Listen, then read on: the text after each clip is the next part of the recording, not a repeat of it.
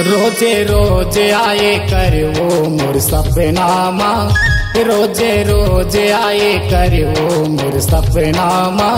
सूते सूते गोठिया बुन दुन दसनामा, सूते सूते गोठिया बुन दुन दसनामा। रोजे रोजे आहू राजा तुर सपनामा, रोजे रोजे आहू मेरी तुर सपनामा। सूते सूते गोठिया बुन दुन दसनामा, सूते सूते गोठिया बुन दुन दसनामा।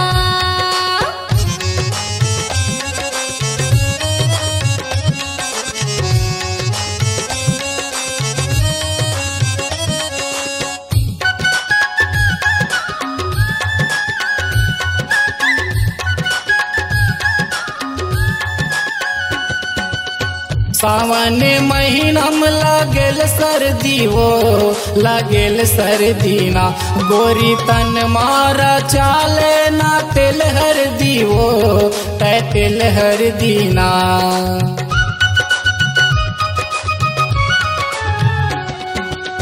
सावन महीना में लागेल सर्दी वो लागेल सर्दी ना, गोरी तन मारा चाले ना तेल हर दी वो तै तेल हर दीना।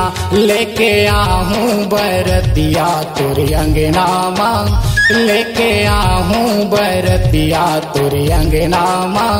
सूते सूते गोठिया बुन दुन दसनामा, सूते सूते गोठिया बुन दुन दसनामा।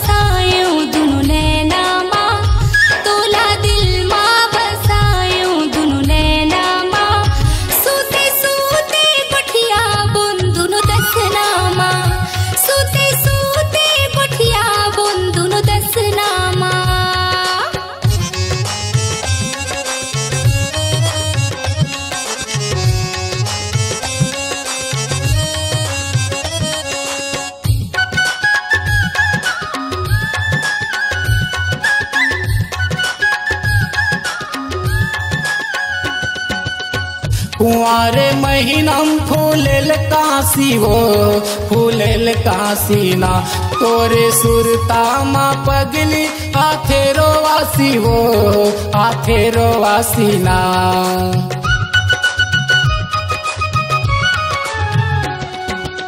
सादा फूल काशी पियर सरसोगा, पियर सरसोना। कब हो ही हमर मिलन लगे ही संसोगा, लगे ही संसोना।